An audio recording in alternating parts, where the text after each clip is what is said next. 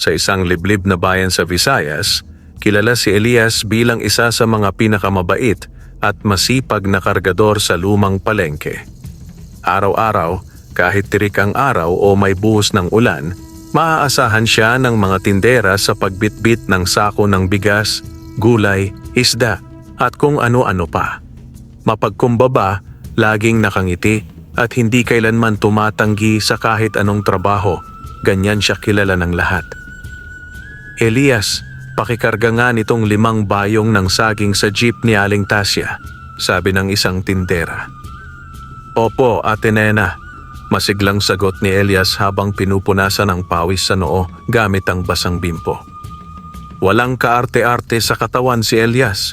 Hindi rin siya nakapagtapos ng pag-aaral, pero sa kabutihang loob at kasipagan, labis ang respeto sa kanya ng mga tao sa palengke. Ngunit sa kabila ng kanyang kabaitan, ramdam ni Elias ang pait ng kahirapan. Sa maliit na barong-barong sa gilid ng sapa siya nakatira. Isang silid lang, may butas ang bubong at lumang banig ang hinihigaan.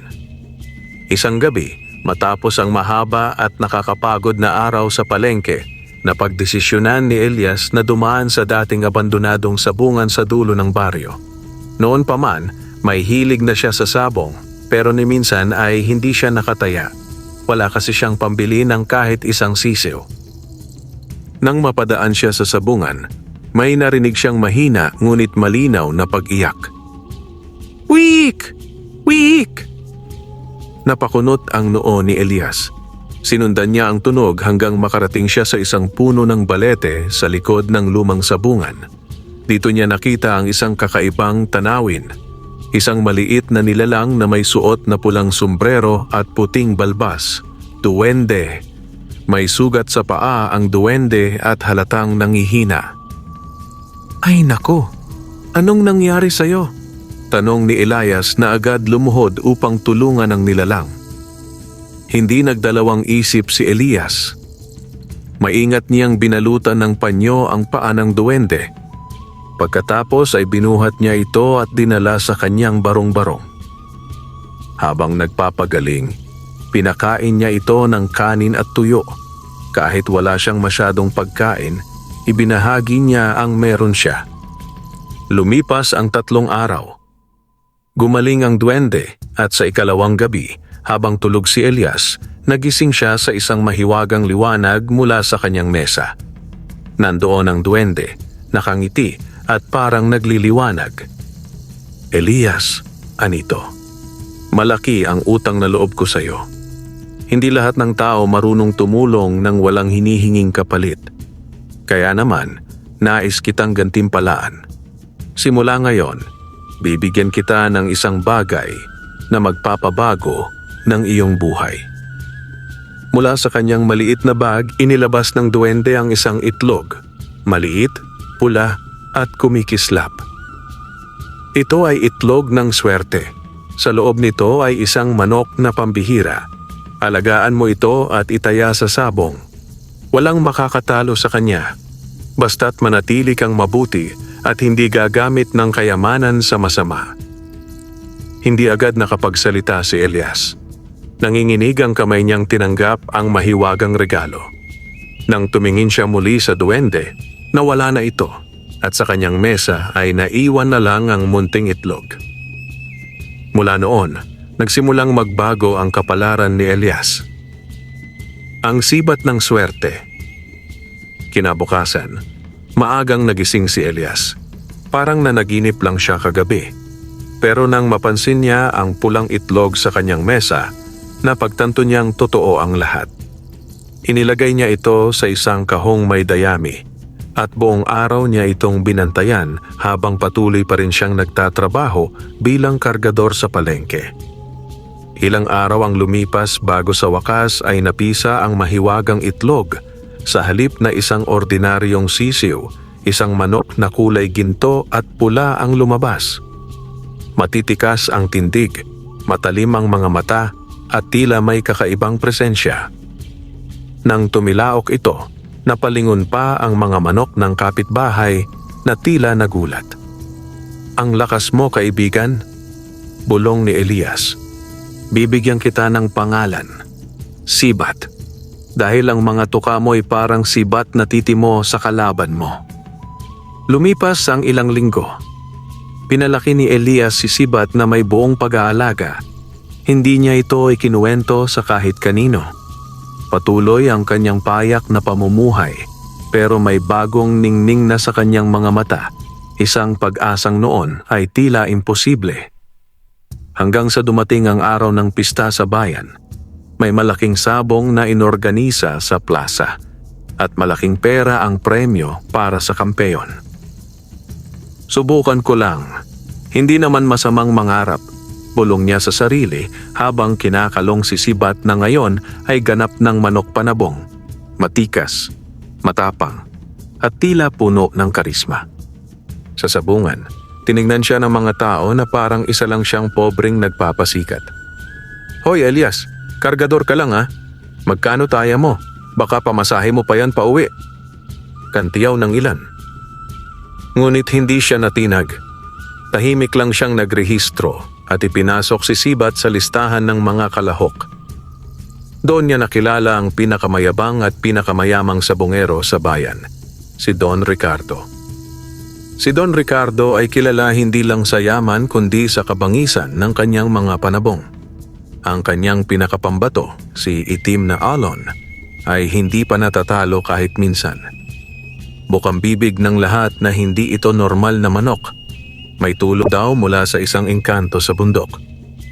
Nang magkita ang dalawang manok sa gitna ng sabungan, tahimik ang mga tao. Si Sibat at si itim na alon ay parehong matikas. Ngunit may kakaibang titig si Sibat, para bang may dinakikitang apoy sa loob ng kanyang katawan. Hoy Elias, bawi ka na lang ng bayong mamaya, tiyak tatalunin ka nito. Sigaw ng isa sa mga tagapusta ni Don Ricardo. Ngunit tumahimik ang lahat nang magsimula ang sabong. Isang tikas, isang salpok, at sa isang iglap, umatras ang itim na alon. Sa ikalawang salpukan, tumilapon ito, duguan. Si Sibat ay nakatayo pa rin, walang galos, tila hindi man lang napagod. Nagkagulo ang mga tao. Mismong si Don Ricardo ay hindi makapaniwala. Hindi lang nanalo si Elias, siya pa ang nakadurog sa alamat ng kanyang manok. Dahil sa panalong iyon, nanalo si Elias ng malaking halaga, 100,000 piso. Nang pauwi na siya, binilhan niya agad ng bagong bubong ang kanyang bahay.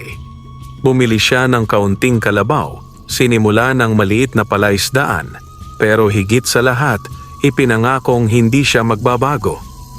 Ngunit habang siya'y natutulog ng gabing iyon, sa kagubatan ng bundok, isang nilalang ang gumising. Isang matandang engkanto na may mahahabang kuko, puting buhok at makakapal na anino. May bagong sabongero na umaagaw ng kapangyarihan. Bulong nito sa hangin. Hindi pwede yan. Hindi papayag si Don Ricardo. At doon nagsimula ang pag-iinit ng isang matandang alitan. Ang laban ng kabutihang duwende at masamang engkanto, gamit ang sabong bilang larangan. Ang engkantong tagapangalaga ni Don Ricardo. Sa madilim na kagubatan sa paanan ng bundok ng Balatikan, nakatayo ang isang lumang bahay na yari sa batong itim at matitinik na halaman. Dito naninirahan si Apong Lakar, ang engkanto tagapangalaga ni Don Ricardo. Isang matandang espiritu ng kalikasan na tumiwalag sa kanyang tungkulin upang maglingkod sa mga ganid at makapangyarihan. Si Apong Lakar ay dating bantay ng kabundukan, tagapangalaga ng balanse ng kalikasan. Ngunit dahil sa galit sa mga taong mapagpanggap na mabuti ngunit gahaman sa yaman, siya ay naging mapait at nagsimulang magbigay ng kapangyarihan sa mga taong may ambisyon at kayabangan, katulad ni Don Ricardo. Habang nagbubuga ng asul na usok ang tambol na insenso ni Apong Lakar, lumitaw sa harapan niya ang isang kulubot na buwitre, isang mensahero ng espiritu. Apong Lakar, sumbong ng buwitre, may bagong sabongero sa bayan, isang pobreng kargador, nanalo laban sa ating alaga, sa mismong si itim na alon. Pumintig ang mga ugat sa noo ng matanda. Hindi ako papayag. Ang kapangyarihan ng engkanto ay hindi basta-bastang matatalo ng isang kargador. Maliban na lang kung napalingon siya sa bintana. May duwende ang nasa likod nito. Lumipad ang buwitre palayo sa sabungan, dala ang galit ng engkanto. Samantala sa bayan, tuluyan ng nabalitaan ang pagkapanalo ni Elias. Lahat ng tao sa palengke, sa kanto, sa mga karinderya ay nagkukwentuhan tungkol sa kargador na tinalo ang hari ng sabong. Dati, sinisinghalan lang si Elias ng mga tagabantay ni Don Ricardo. Ngayon, siya na ang tinuturing na kampeyon. Ngunit si Elias ay hindi nagbabago. Sa halip na ipagyabang ang panalo, bumalik siya kinabukasan sa palengke upang tumulong. "Hindi mo na kailangang magkargador pa, Elias," sabi ng isang kaibigan. "May pera ka na." "Hindi pera ang nagpapakain ng dangal," sagot ni Elias. "At hindi ko iiwan ang mga taong tumanggap sa akin noong wala pa akong kahit anong panalo. Dahil dito, mas lalo siyang minahal ng mga tao." Ngunit hindi ito ikinatuwa ni Don Ricardo. Sa kanyang mansyon, galit na galit siya habang sinisipa ang isang upuan. "Isang hampas lupang kargador ang sumira ng pangalan ko," sigaw niya. "Hindi ito matatapos ng ganito." Pinaakyat niya ang kanyang tagapagsilbi upang ihanda ang ikalawang sabong. Isang laban ng banggaan ng mga panabong na walang atrasan. Isa itong tradisyonal na uri ng sabong na isinasagawa tuwing may malaking alitan o hamon. Nais niyang ipatumba si Elias sa harap ng buong bayan. Ngunit may isa pa siyang plano. Hihingi siya muli ng kapangyarihan kay Apong Lakar. Sa likod ng kanyang malaking silid ay may lihim na altar. Dito niya inialay ang dugo ng isang itim na manok, nagsindi ng kandilang asul, at binigkas ang mga sinaunang salitang pang-engkanto. "Apong Lakar, ibalik mo sa akin ang aking lakas. Bigyan mo ako ng bagong manok na hindi kayang talunin ng kahit duwende." Mula sa likod ng usok, lumitaw ang anyo ng engkanto. "Ibibigay ko, kapalit ng isang bagay." "Ano?" tanong ni Don Ricardo. "Isang kaluluwa. Pumili ka, manok o tao." Ngumiti si Don Ricardo. "Kung kaluluwa ang kailangan mo, marami akong tauhan. Pumili ka." "Hindi sila ang kailangan ko. Ang gusto ko ay si Elias." Nanlaki ang mata ni Don Ricardo. "Hindi agad," dagdag ni Apong Lakar. "Sa tamang panahon, sa huling sabong, kapag siya'y natalo sa akin ng kanyang diwa." Tumango si Don Ricardo kahit nag-aalinlangan. "Basta't matalo ko siya, kahit ang kanyang duwende ay walang magagawa." Sa kabilang dako, sa isang sapa malapit sa bahay ni Elias, lumitaw muli ang duwendeng tumulong sa kanya. May dala itong babala. "Elias, anito, may paparating na panganib. Hindi ka na ordinaryong sabungero. Ang kalaban mo'y hindi lang tao, kundi engkanto ng kadiliman. Ngunit kung mananatili kang matuwid, ang swerte mo'y mananatili." Tahimik si Elias, ngunit matatag ang kanyang sagot. "Hindi ako tatalikod sa laban, kahit sino pa siya." At doon, sa katahimikan ng gabi, nagsimula ang paghahanda para sa isang sabong na magpapasya sa kapalaran ng isang bayan. Ang paghahanda sa laban. Sa bawat araw na lumilipas, lalong umiinit ang balita tungkol sa muling pagtutuos ni Elias at Don Ricardo. Ang balita ay umabot hanggang sa mga karatigbayan. Isang kargador laban sa mayamang sabunggero.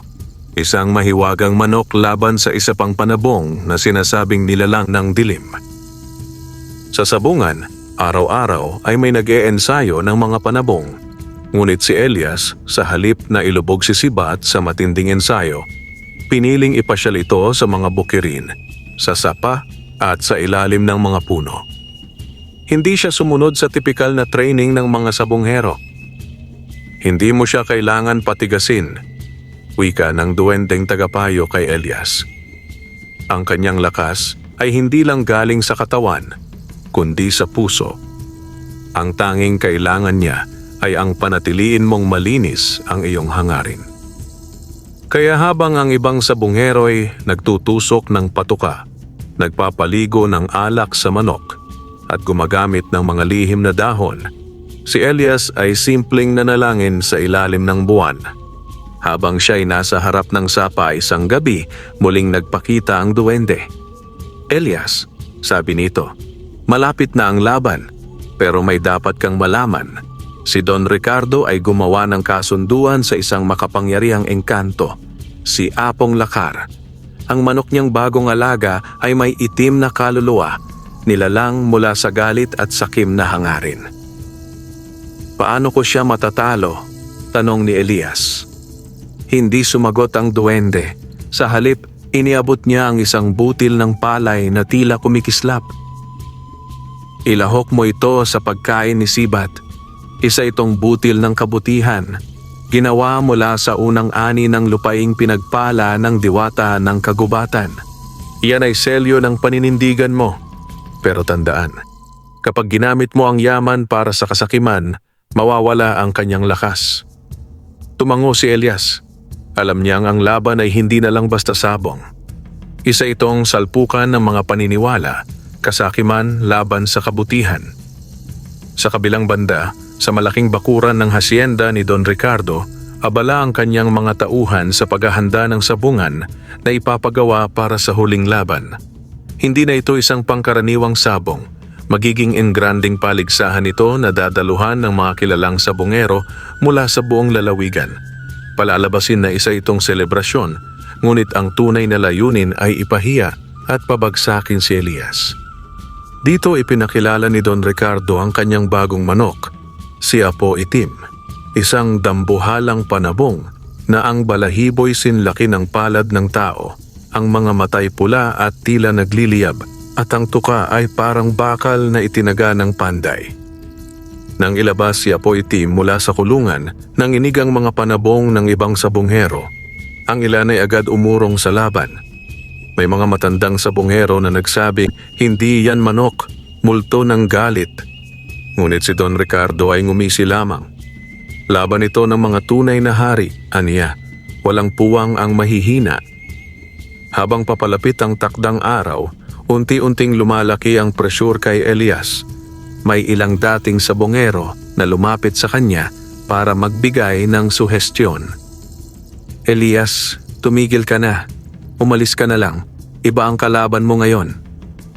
Maaari kang mamatay, bata. Hindi lang manok ang kalaban mo, engkantong malupit." Ngunit si Elias ay nanatiling tahimik, at sa bawat gabi bago matulog, kausap niya ang kanyang manok. "Sibat, kung ito ang tadhana natin, lalaban tayo. Hindi para sa yaman, hindi para sa pangalan, kundi para ipakita na may halaga pa rin ang kabutihan sa mundong ito." Isang gabi bago ang laban, muling nagpakita si Apong Lakar sa panaginip ni Elias. "Elias," tinig nitong tila hangin sa bangin, "ibigay mo sa akin ang iyong manok. Palitan ko ng ginto. Magiging pinakamayamang sabungero ka. Hindi mo na kailangan pang lumaban." "Hindi ko ibebenta ang aking dangal," sagot ni Elias sa panaginip. Nagliyab ang paligid. "Pagsisisihan mo ito." Nagising si Elias sa pawis at kaba. Ngunit sa tabi niya, si Sibat ay tila ngumiti at tumilaok ng malakas. Isang paalala na hindi siya nag-iisa. Kinabukasan, tumambad ang araw ng pinakaaabangang laban. Isang buong plaza ang pinalibutan ng mga tao. May mga kamera, tagapusta, at kilalang sabungero. Sa gitna ng sabungan, nandoon si Elias.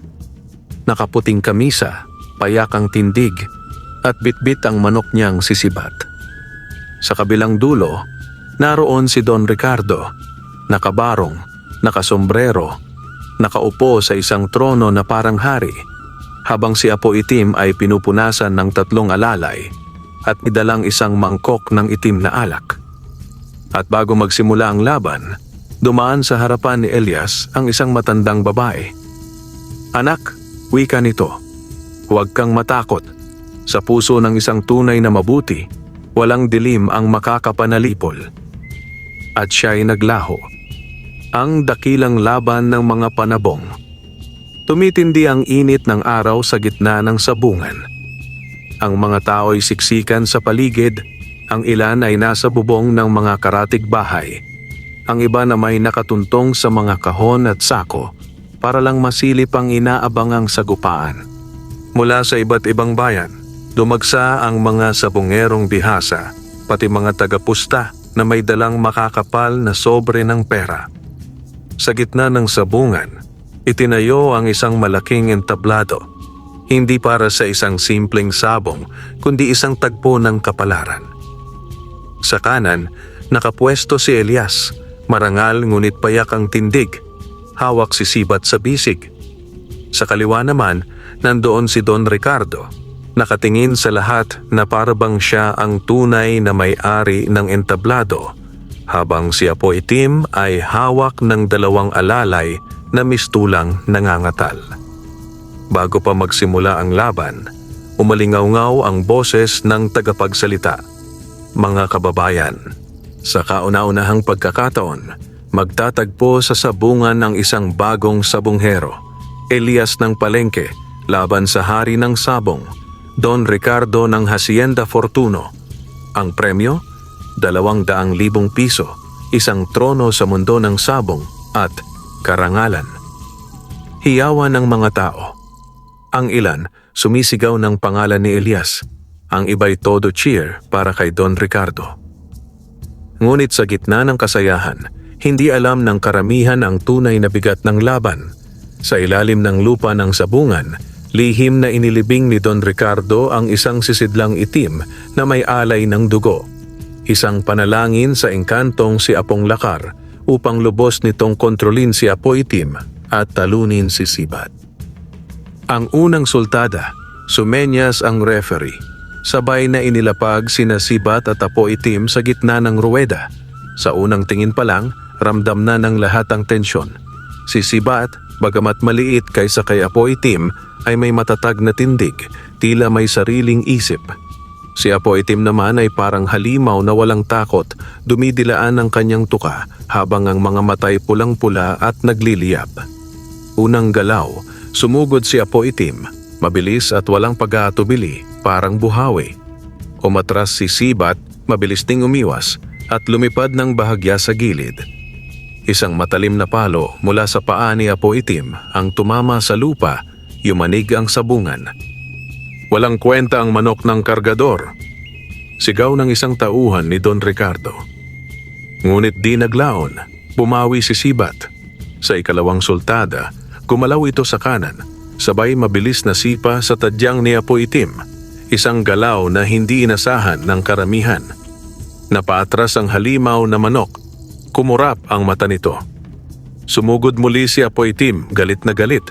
Ang bawat hampas niya ay parang may dalang kidlat. Ngunit si Sibat ay hindi lang basta umaatras. Tila may sayaw sa kanyang galaw at sa bawat iwas niya ay may pakpak ng tiyempo. Ang mga tao'y napasigaw, "Elias! Elias! Elias!" Ang itim na pagsingit. Sa kalagitnaan ng laban, biglang lumamig ang hangin. Ang langit ay tila dumilim kahit tirik ang araw. Tumigil ang mga ibon sa paglipad at isang alingaw-ngaw ng kulog ang narinig mula sa malayo. Mula sa likod ng sabungan, isang itim na aninong parang usok ang unti-unting gumapang papunta sa entablado. Wala ni isa sa mga tao ang nakapansin, maliban sa isang matandang babae sa dulo ng sabungan, ang parehong matanda na lumapit kay Elias bago ang laban. Ito'y si Lola Ina, tagapagmana ng sinaunang kaalaman sa kabundukan. Mabilis siyang sumigaw, "May engkantong kasali, mag-ingat Elias!" Napalingon si Elias at doon niya nakita ang itim na aninong pumupulupot sa katawan ni Apo Itim. Nagsimulang mabali ang mga patakaran ng sabong. Si Apo Itim ay tila naging mas mabangis Ang mga galaw niya ay di na makatao, halos parang may ibang espiritu na lumalaban para sa kanya. Muntik nang tamaan si Sibat ng isang nakamamatay na palo. Tumilapon siya sa gilid ng sabungan. Ang mga tao ay napasigaw sa takot. Ang liwanag ng paninindigan. Sa gitna ng gulo, dumukot si Elias sa kanyang bulsa. Kinuha niya ang butil ng palay na ibinigay ng duwende. Kumikislap ito sa kanyang palad. Dahan-dahan niya itong ipinahid sa tuka ni Sibat at ibinulong. Hindi tayo lalaban para sa yaman. Lalaban tayo para sa tama. Pagkabitaw niya kay Sibat, tila isang kakaibang lakas ang bumalot dito. Tumayo si Sibat, lumipad, at bumagsak sa ibabaw ni Apo Itim. Isang sipa sa leeg, sunod-sunod na palo sa tagiliran, at isang matalim na tuka sa mata. Ang usok sa katawan ni Apo Itim ay biglang naglaho. Ang aninong itim ay napasigaw at tila naghiwa-hiwalay sa hangin. Si Apo Itim ay bumagsak, wala ng lakas. Tahimik ang buong sabungan. Ilang sandali pa, sumigaw ang referee. Panalo si Elias, panalo ang Sibat. Napaluhod si Elias at sa mga mata niya ay may luha ng pasasalamat. Hindi sa panalo, kundi sa pagkapanatili ng kanyang paniniwala. Ang mga tao ay nagdiwang. Maging ang ilang tauhan ni Don Ricardo ay palihim na natuwa. Si Don Ricardo naman ay biglang nanlumo, nanlaki ang mata, at walang imik na lumayo sa entablado, parang nawalan ng kaluluwa. At sa lilim ng puno sa labas ng sabungan, nagpakita muli ang duwende. Ngayon, Elias, anito, nagsisimula pa lang ang laban mo. Hindi lang sa sabungan, kundi sa puso ng bawat taong nakakita ng ginawa mo. Ang paghihiganti ni Don Ricardo. Pagkatapos ng laban, tila bayang nagdiwang ang buong komunidad. Si Elias ay tinanggap hindi na lamang bilang isang sabunghero, kundi bilang isang bayani, isang simbolo ng pag-asa, katapatan, at tunay na tagumpay ng mabuting layunin. Ang mga tindera sa palengke, mga kargador, at mga karaniwang mamamayan ay sumalubong sa kanyang pagbabalik na may dalang mga palakpak, pagkain, at awit. Si Elias! Si Elias! Sigaw ng mga bata habang sinusundan siya pauwi sa kanyang munting bahay. Ang kanyang manok na si Sibat ay ginawang inspirasyon ng mga batang sabungero. May mga taong gustong bumili sa kanya ng milyon-milyon, ngunit hindi siya natukso. Hindi ito manok na pangnegosyo, aniya. Ito ang alaala ng isang pangarap na tinupad sa tamang paraan. Ngunit habang nagsasaya ang masa, isang kadiliman ang unti-unting lumalalim sa Hacienda Fortuno. Sa loob ng kanyang malaking silid, si Don Ricardo ay hindi mapakali. Nakatingin siya sa salamin, tila hinahabol ng mga multo ng pagkatalo. Ang kanyang dating malamig mga mata ngayon ay puno ng galit, hinanakit, at uhaw sa paghihiganti. Hindi ako matatalo ng isang kargador, bulong niya sa sarili. Hindi ako pahihiyain sa harap ng bayan. Tinawag niya ang kanyang halalay na si Arman. Hanapin mo si Apong Lakar. Bumalik siya sa dilim matapos ang laban. Handa na akong gawin ang lahat. Lahat, kahit kaluluwa ko pa ang kapalit. Sa gubat ng dilim. Sa isang liblib na bahagi ng kagubatan, naroon ang altar ni Apong Lakar. Isang punong itim, palibot ay mga tuyong dahon at may amoy ng asupre at dugo. Dito muli nagpakita ang engkanto, isang dambuhalang anyo ng matandang nilalang, nakasuot ng balabal na gawa sa usok at anino. Bumalik ka, ani Apong Lakar. Bakit? Gusto kong durugin si Elias, sagot ni Don Ricardo. Hindi sapat ang pagkatalo ko. Gusto kong mapahiya siya, mawala lahat ng taglay niyang dangal at paniniwala. Ngumisi si Apong Lakar. Handa ka ba sa kabayaran? Higit pa. Isang sulyap mula sa engkanto at biglang bumulusok mula sa lupa ang isang itim na itlog. kumikinang sa loob at may parang puso na tumitibok sa loob. Ito ang itlog ng paghihiganti. Pisanin mo ito sa iyong sariling dugo at galit. Mula rito, isisilang ang manok ng anino. Ngunit tandaan, ito'y hindi basta panabong. Isa itong nilalang na sumisipsip ng liwanag. Tumawa si Don Ricardo at tinanggap ang itlog. Si Elias ay wala ng laban sa akin. Ang bagong pagsubok ni Elias. Samantala, si Elias ay namumuhay na may bagong layunin. Ipinagpapatuloy niya ang pagtulong sa mga kapwa kargador. Nagtuturo sa mga batang sabungero ng tamang prinsipyo at inaayos ang munting sabungang gawa sa kahoy kung saan maaari nang makipaglaban ang mga hindi kilalang sabungero ng patas. Isang araw, isang matandang lalaki ang lumapit sa kanya. Nakasuot ng bahag, may mahabang balbas at may dalang lumang kaldero. Elias, wika ng matanda, may paparating na panganib. Ang iyong tagumpay ay ginising ang isang halimaw. Si Don Ricardo ba? Tanong niya. Hindi na siya, sagot ng matanda. Kundi ang nilalang na nilikha mula sa kanyang galit. Hindi sapat ang tapang para dito. Kailangan mong ipunin ang mga pusong katulad ng sayo. Magkaisa kayo ng mga taong may paniniwala sa kabutihan. Sa gabing iyon, kinausap ni Elias ang duwende. May bagong panganib. Kailangan ko ng tulong, anya. Lumabas mula sa lilim ng puno ang 3 duwende. Si Putik, si Dako, at si Puti, mga tagapangalaga ng lupa at liwanag. Handa kaming tumulong, wika ng mga ito. Ngunit hindi kami makikipaglaban. Kami gabay, hindi man dirigma. Kailangan mong humanap ng panibagong lakas mula sa mga taong tinulungan mo noon. Ibalik mo ang kabutihan sa kanilang puso at makikita mong hindi ka nag-iisa. Ang lihim na pagpisa. Samantala, sa ilalim ng lupa ng Hacienda Fortuno, isinagawa ang isang ritual. Sa gitna ng bilog na itim na asin, pinatakan ni Don Ricardo ng dugo ang itlog ng anino. Sa bawat patak, umaaling-aungaw ang sigaw ng mga kaluluwang nakakadena. Pagkatapos ng 7 araw, sumilang ang isang manok. Hindi basta manok, kundi isang itim na nilalang na may mga pakpak ng paniki, tuka ng ahas at mga mata ng uwak. Tinawag ito ni Don Ricardo na kamatayan.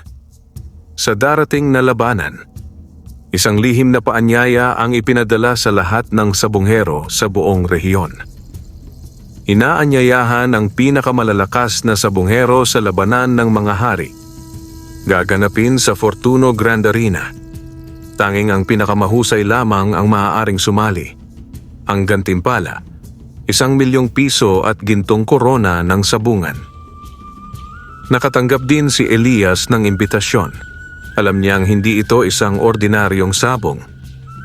Handa ka na ba, Sibat? Bulong niya sa kanyang alaga. Tumilaok si Sibat ng malakas. Tila sagot ng isang mandirigmang hindi takot sa anino. Ang arena ng mga hari. Dumating ang araw ng sabong sa Fortuno Grand Arena. Isang istrukturang ipinatayo ni Don Ricardo mismo, gamit ang yaman ng kanyang angkan at kapangyarihang nakuha mula sa mga engkanto. Isa itong dambuhalang sabungan na may mga upuang bato, makinang na ilaw, at malalaking tarpulin ng mga panabong na kalahok. Ang buong lalawigan ay parang tumigil sa paggalaw. Ang mga tao ay nagsidatingan sakay ng mga jeep, karitela, tricycle at maging sa kabayo.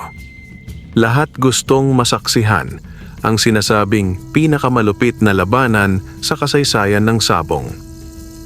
Si Elias, nakasuot ng payak na polo, bitbit si Sibat, ay dumating kasama ang ilang kabataang sabungero na tinulungan niya noon.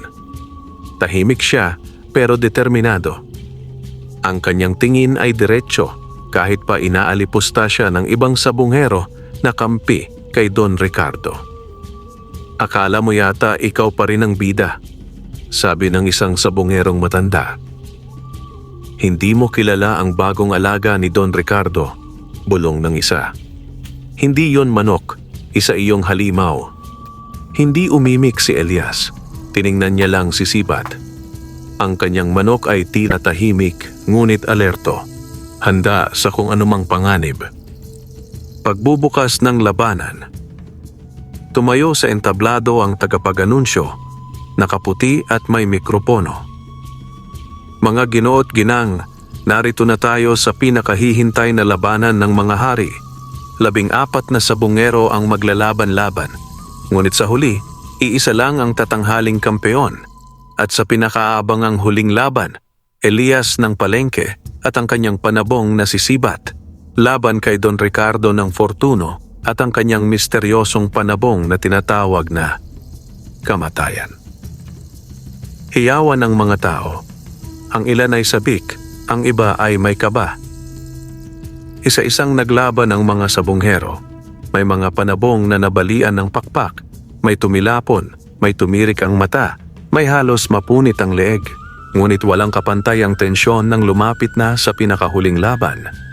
Si kamatayan. Nang ipinasok ni Don Ricardo si kamatayan, ang buong sabungan ay tila napuno ng malamig na hangin. Ang ilaw ay biglang kumurap. Ang mga manok sa paligid ay nagsitilaok ng may takot. Si kamatayan ay hindi ordinaryong manok. Itim na itim ang balahibo at sa ilalim ng kanyang mga pakpak ay may tila mga ukit ng sinaunang mga letra.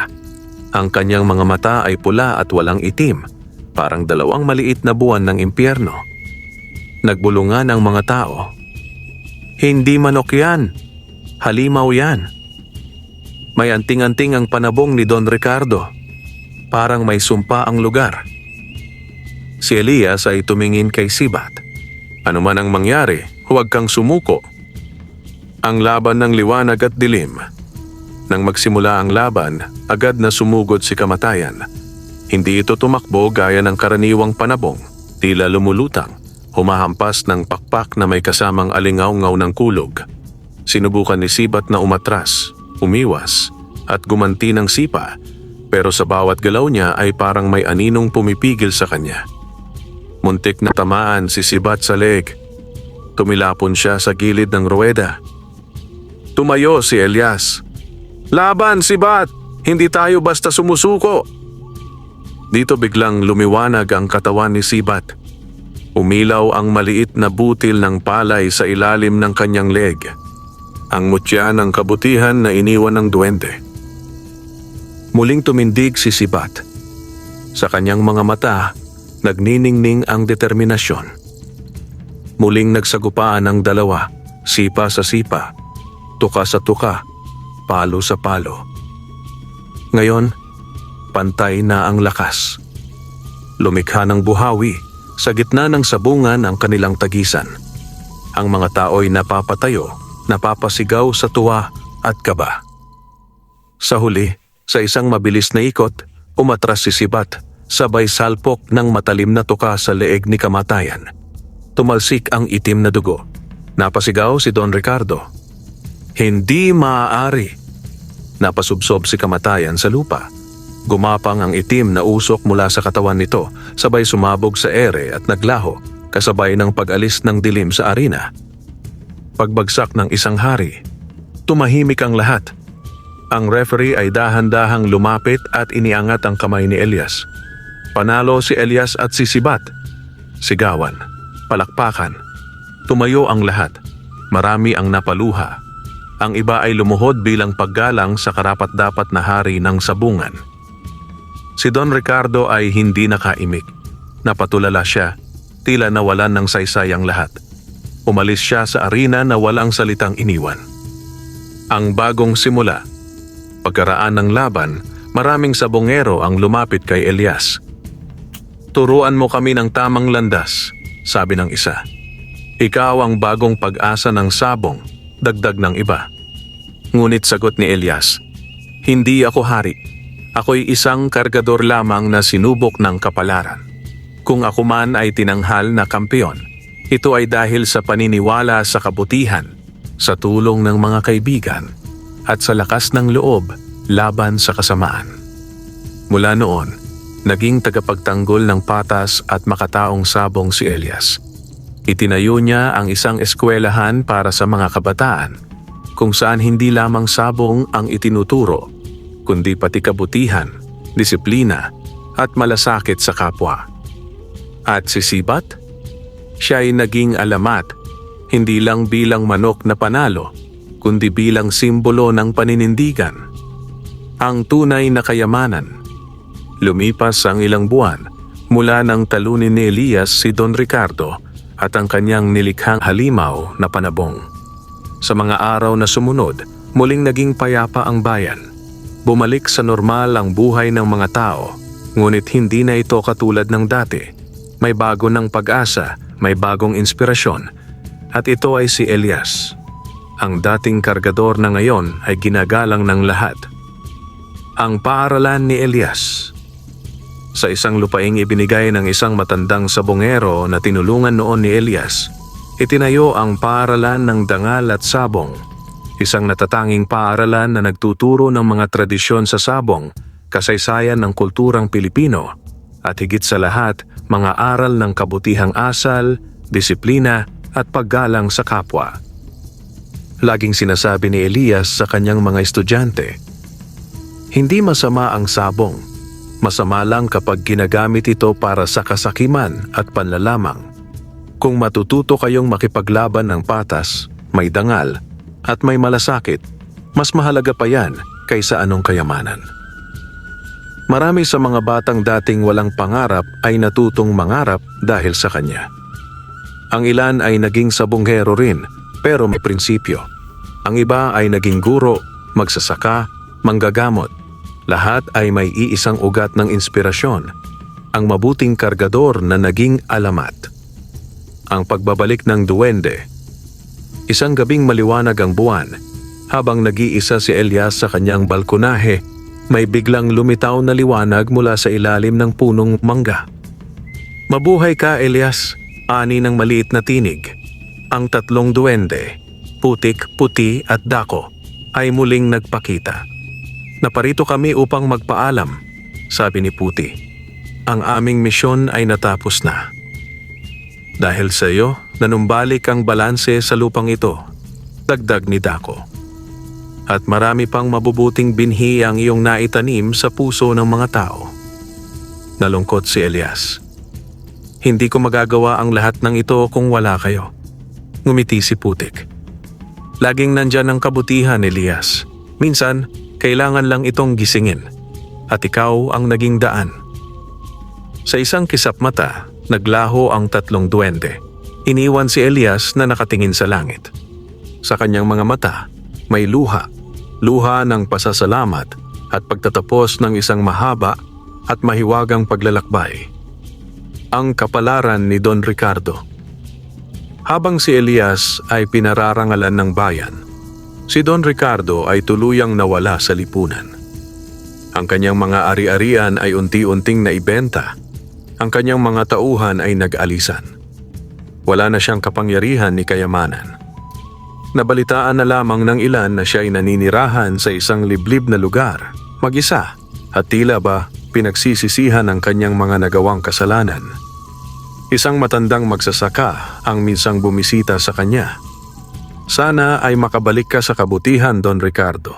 Lahat ay may pagkakataong magbago. Ngunit ang matanda ay iniwan niya lang ng tanong-tanong sa hangin. Ang tunay na kayamanan. Isang gabi, habang kausap ni Elias ang mga batang sabongero, tinanong siya ng isa, Kuya Elias, mayaman ka na po ba ngayon? Ngumiti si Elias. Hindi ko alam kung yaman ang tawag dyan. Wala akong bangko, wala akong kotse, wala akong mansyon. Bakit masaya ka? Dahil hindi ginto o pera ang tunay na kayamanan, sagot niya. Kundi ang pagtitiwala ng mga tao, ang pagmamahal ng komunidad, at ang katahimikan ng puso kapag alam mong ginawa mo ang tama. At sa malamig na gabi, habang humihimlay ang buong baryo, tanaw mula sa malayo ang maliit na eskwelahan na may ilaw, ang sabungang gawa sa kahoy na puno ng alaala, at ang munting bahay kubo ni Elias. Ang kargador na naging alamat, ang sabongerong hindi kailanman ipinagpalit ang dangal sa kapangyarihan. Sa kalangitan, tila may 3 bituin na nagniningning. At sa lupa, isang matatag na liwanag mula sa puso ng isang tao. Si Elias, ang tunay na kampeon. Wakas,